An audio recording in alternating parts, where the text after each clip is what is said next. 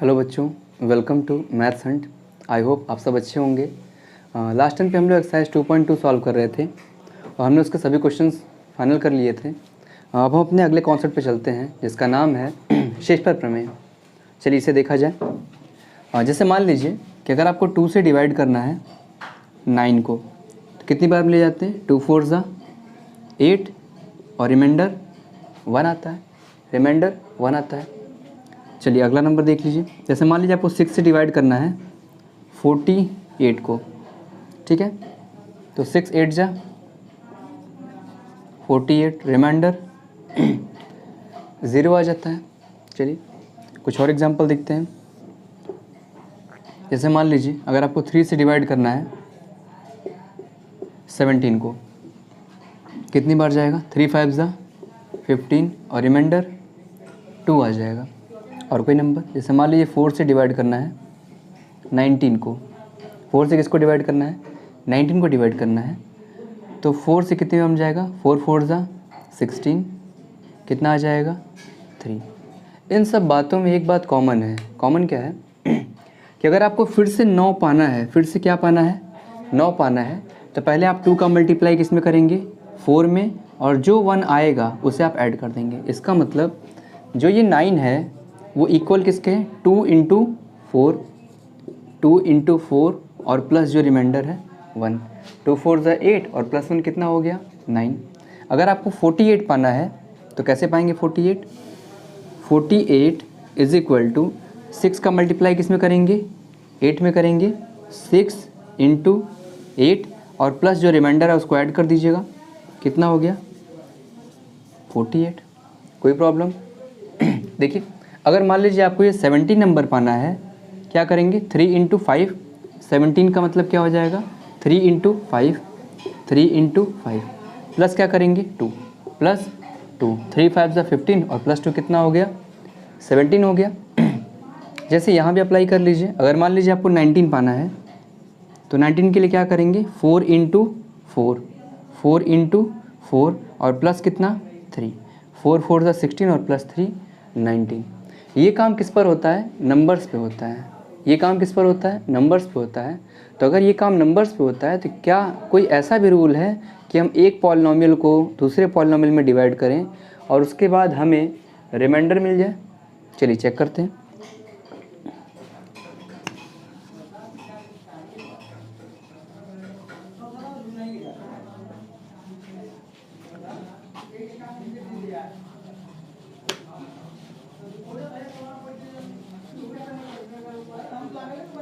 जैसा कि हमने आपको बताया है कि अगर हम बात करें 9 की और 2 से डिवाइड कर रहे हैं, कितनी बार जा रहा है? 4 टाइम्स। 2 4 ज़ा 8 और रिमाइंडर कितना आ रहा है? 1। फिर हमने लिख के बताया आपको कि जो 9 है वो होता है 2 इंटू 4 प्लस 1। यही जो 1 है वो क्या है? रिमाइंडर है। मतलब ये क्या है? शेष है। क्या है? शेषफल है। इसके पहले प्लस लगा है। ये क्या है बच्चे? ये भाज्य है। क्या है ये? भाज्य है। ये क्या है? भाजक है। और ये 4 क्या है? भागफल है। ठीक है ना? धन शेषफल। क्या सूत्र बनता है? भाज्य बराबर भाजक गुणे भागफल धन शेषफल। भाज्य बराबर भाजक गुणे भागफल धन शेषफल। तो ये क्या है बच्चे? भाज्य है। ये क्या है? भाजक है। ये क्या है? भागफल है। और ये क्या है? शेषफल है। क्लियर है? यहाँ बस केवल आपको 2 ही चीज़ दी गई थी। एक दिया गया था भाज्य और एक दिया गया था भाजक। क्लियर है ना? एक दिया गया था आपको भाज्य और एक दिया गया था भाजक। मतलब अगर आपको कोई भी 2 नंबर जहाँ पर 2 और 9 मिला है, 2 एंड 9 हमें मिला है, तो हमें 2 नंबर और मिलते हैं। पहला मिलता है भागफल और दूसरा नंबर मिलता है शेषफल। अगर हमें कोई भी 2 नंबर दे दे 2 और 9, तो हमें 2 नंबर और मिलेंगे 4 और 1। ऐसे नंबर मिलेंगे कि ये रिलेशन होल्ड हो जाए। भाज्य बराबर भाजक गुणे भागफल धन शेषफल होल्ड हो जाए। भाज्य को क्या कहते हैं? भाज्य को कहते हैं डिविडेंड, भाजक को कहते हैं डिवाइजर, भागफल को कहते हैं कोशेंट, शेषफल कहते हैं रिमाइंडर। क्लियर है? तो जो हमारा डिविडेंड होता है वो divisor into quotient plus remainder होता है। क्लियर है? चलिए अब इस फॉर्मूले को हम अप्लाई करना चाहते हैं किसी भी बहुपद में, यानी किसी भी पॉलिनोमियल में अप्लाई करना चाहते हैं। चलिए सीखते हैं।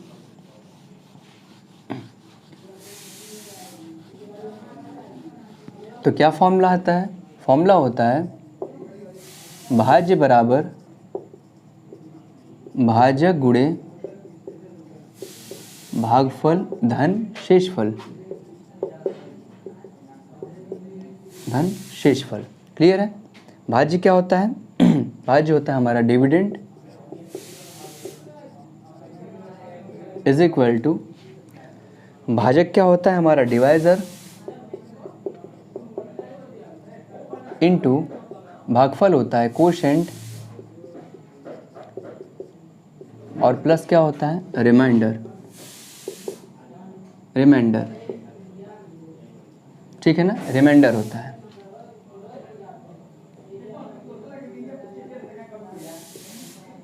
रिमाइंडर। क्लियर है? Dividend is equal to divisor into quotient plus remainder. Clear? चलिए हम देखते हैं क्या ये रूल हमारे पॉलिनोमियल पे भी लागू होता है। जैसे मान लीजिए हमारे पास कोई एक पॉलिनोमियल है 2x³ प्लस एक्स स्क्वायर और प्लस एक्स। इसमें किससे भाग देना है? मान लीजिए इस पूरे पॉलिनोमियल में किससे भाग देना है? x से भाग देना है, x से भाग देना है। तो x से भाग देने का मतलब क्या होता है? जैसे मान लीजिए हमें 8 में 2 से भाग देना है, तो हम इसको लिखते हैं ना 8/2 और आंसर कितना आता है 4। क्लियर है? आंसर कितना आता है 4। यही काम यहाँ भी करेंगे। ये कितना हो जाएगा 2x³ plus x square plus x upon में x और ये बदल जाएगा 2x³ upon x plus x square upon x और प्लस एक्स अपॉन एक्स। जब इससे इसको कैंसिल करेंगे तो ये एक पावर रिड्यूस हो जाएगा, एक पावर घट जाएगा, ये हो जाएगा 2x² प्लस एक्स से एक्स एक पावर कटेगा तो x और x से x कैंसिल जाएगा तो 1। ये हमारा क्या आ जाएगा? ये हमारा भागफल आ जाएगा। और जब कभी भी पूरी की पूरी संख्याएं कट जा रही हैं तो इस कंडीशन में शेषफल कितना आता है? 0 आता है। शेषफल कितना आएगा? 0 आएगा इस स्थिति में। क्लियर है? जैसे जब हमने 8 को 2 से डिवाइड किया था तो भागफल कितना आया था 4 और शेषफल कितना आया था 0। करके देख लीजिए 8 2 4 8। कुछ भी बच रहा है? नहीं। अगर कुछ भी नहीं बच रहा है तो इसका मतलब हो गया कि शेषफल कितना आ रहा है 0। यहाँ भी अगर कुछ नहीं बच रहा है तो शेषफल कितना आ गया 0 आ गया। क्लियर है?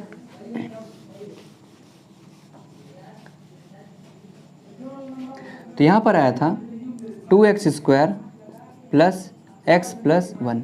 तो ऐसा हमें लग रहा है कि ये हमारा क्या है? भाजक। x क्या है हमारा? भाजक है। x क्या है हमारा? भाजक है। ये हमारा क्या है? भाज्य है। और ये हमारा क्या है? भागफल है। और शेषफल हमारा कितना आया था? शेषफल हमारा आया था 0। देखते हैं क्या जो नियम हमने बताया है वो नियम यहाँ भी होल्ड होता है, किसी भी बहुपद की स्थिति में होल्ड होता है। देखिए हमारे पास कितने बहुपद हैं? 2 बहुपद है। हमें अगर 2 बहुपद दिए गए हैं और भाग करना है तो हमें 2 बहुपद मिलेंगे। पहला बहुपद हमें क्या मिलेगा? भागफल का। और दूसरा बहुपद हमें क्या मिलेगा? शेषफल का। तब सवाल ये आता है कि शेषफल वाला बहुपद कैसे है? देख लेते हैं। ये क्या लिखा है? 0। और हमने कहा था अगर कभी भी px, अगर कभी भी r of x is equal to 0 आ रहा है तो इस बहुपद को क्या कहा जाता है? शून्य बहुपद कहा जाता है। इसका मतलब ये भी एक बहुपद है और ये तो बहुपद है ही। इस बहुपद की घात कितनी है? 2 घात है। क्लियर है? चलिए अब हमें ये देखना है कि भाज्य बराबर भाजक गुणे भागफल धन शेषफल आता है कि नहीं। चलिए भाज्य क्या है? भाज्य हमारा है 2x³ plus x² plus x। रखिए इसको। भाजक क्या है? जिससे आप भाग दे रहे हैं क्या है वो? x। और भागफल क्या आया है? 2x² प्लस x प्लस 1 और शेषफल कितना आया है? 0 आया है। क्लियर है? चलिए इसे मिटा दिया जाए। ठीक है, देखिए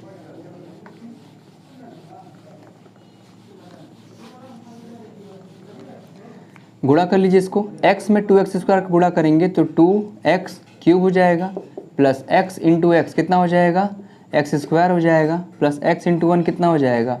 x और प्लस 0 का कोई मतलब नहीं होता है। आपको देख के ऐसा लग रहा है कि ये तीनों इन तीनों के बराबर हैं, और अगर बराबर आ गया तो इसका मतलब ये साफ हो गया कि अगर तो कोई भी दो बहुपद हैं तो उनके लिए हमें दो अन्य बहुपद मिलेंगे इस प्रकार से कि भाज्य बराबर भाजक गुणे भागफल धन शेषफल की कंडीशन होल्ड हो जाए। तो शेषफल प्रमेय क्या कहता है इसको देख लेते हैं।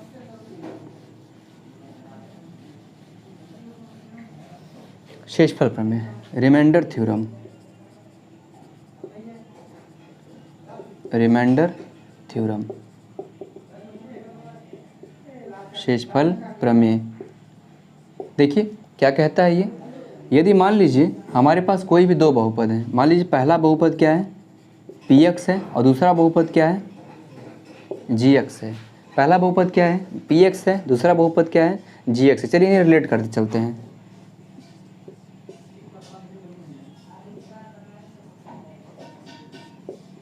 क्लियर है? ये प्रक्रिया आप सभी को समझ में आ रही है? चलिए रिलेट करते हैं। पहली संख्या 9 है, दूसरी संख्या 2 है। पहला बहुपद px है, दूसरा बहुपद gx है। यहाँ एक कंडीशन और है कि 9 किससे बड़ा है? 2 से बड़ा है। तो हम कह सकते हैं यहाँ पर डिग्री ऑफ px किससे बड़ा है? Is greater than degree of gx। यहाँ पर जो px की डिग्री है वो gx की डिग्री से अधिक है, जो px की डिग्री है वो gx की डिग्री से अधिक है। ठीक है ना? क्योंकि बहुपद में किस आधार पर विभाजन होता है? एक घात के आधार पर, दूसरा पदों के आधार पर। तो हमने एक आधार को लिया है, वो आधार क्या है? घात के आधार पर। हमने बोला कि ये जो px की डिग्री है वो gx से अधिक है। अब देखिए, अब हम क्या करेंगे? px बटे gx करेंगे, px बटे gx करेंगे, लेकिन एक कंडीशन है। जैसे मान लीजिए अगर हम कहें कि 2/0 किया जाए तो 2/0 यदि किसी भी नंबर को 0 से डिवाइड किया जाता है तो उसका आंसर क्या होता है? Not defined. नॉट डिफाइंड इसका मतलब होता है अपरिभाषित। क्या इसका मतलब होता है? अपरिभाषित, मतलब परिभाषित नहीं है। यहाँ पर कोई भी नंबर हो सकता है, उसको 0 से डिफाइन करेंगे तो हर बार क्या आएगा? अपरिभाषित। इसका मतलब ये जो gx है वो gx 0 नहीं हो सकता है। कंडीशन क्या है? gx कभी भी 0 नहीं होना चाहिए। क्लियर है? अब देखिए, अगर मान लीजिए हमने px को gx से विभाजित किया तो हमें क्या मिलेगा? हमें मिलेगा qx और क्या मिलेगा?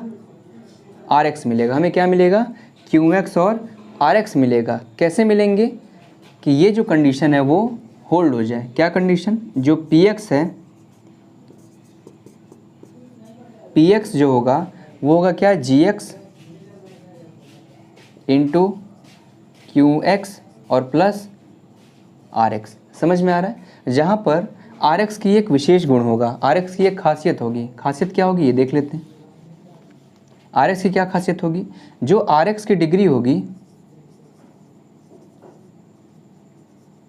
rx की जो डिग्री होगी, rx की जो घात होगी वो हमेशा छोटी होगी। किससे? जिससे आप विभाजित कर रहे हैं।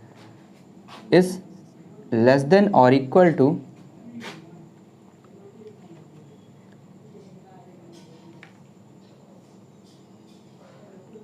gx, लेस देन और इक्वल टू gx। क्लियर है ना? जैसे इस एग्जांपल में देखिए, ये जो 1 आ रहा है ये हर बार 2 से छोटा आएगा ना। किसी भी नंबर ट्राई करिए। चलिए 4 को ट्राई कर लीजिए और यहाँ लिख लीजिए आप 37। क्लियर है? देखिए 4 9 ज़ा 36, कैरी कितना आ रहा है? 1।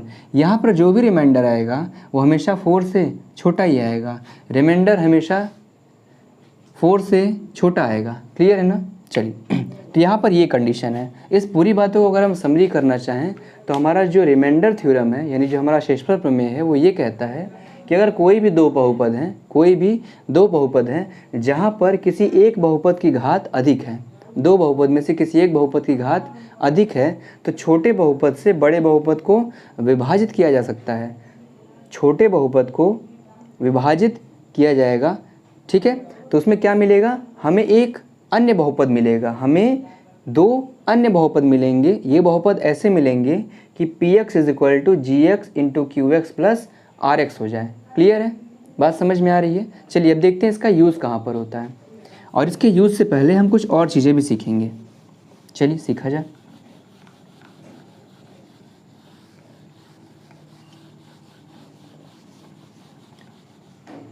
जैसे सबसे पहले तो ये समझा जाए कि गुणनखंड क्या होता है। गुणनखंड क्या होता है? गुणनखंड का मतलब होता है फैक्टर। गुणनखंड का मतलब होता है फैक्टर। जैसे मैंने एक नंबर लिखा 6, इसके दो फैक्टर हैं, पहला 2 और दूसरा 3। और भी फैक्टर हैं, जैसे 6 भी है, फिर 1 भी है। अब अगर कोई भी नंबर फैक्टर है, कोई भी नंबर अगर गुणनखंड है, इसका मतलब वो नंबर इस नंबर को विभाजित कर रहा है। वो अगर कोई भी नंबर गुणनखंड है तो वो अपने गुणज को विभाजित करता है, ठीक है। इसका मतलब ये हो गया, if m is a factor of n then m divides n। m divides n। यदि m किसी एक नंबर n का गुणनखंड है, m किसी एक नंबर n का गुणनखंड है तो m n को विभाजित करेगा। क्लियर है ना।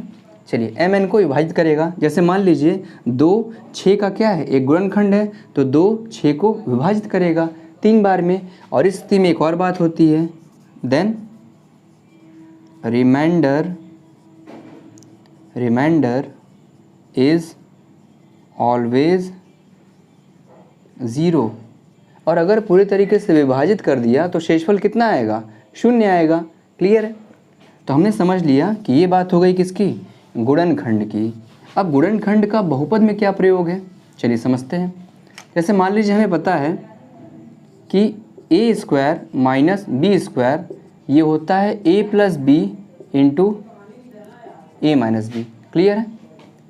तो यहाँ से ये समझ में आ रहा है कि यदि ये एक बहुपद है, ये एक बहुपद है, इस बहुपद को हमने दो अन्य बहुपद के गुणे के रूप में रख लिया है। और अगर हमने दो अन्य बहुपद के गुणे के रूप में रख लिया है तो ये पहला वाला बहुपद भी इसको विभाजित करेगा और दूसरा वाला बहुपद भी इसको विभाजित करेगा। पहला वाला ही विभाजित करेगा और दूसरा वाला भी विभाजित करेगा। चलिए चेक कर लेते हैं।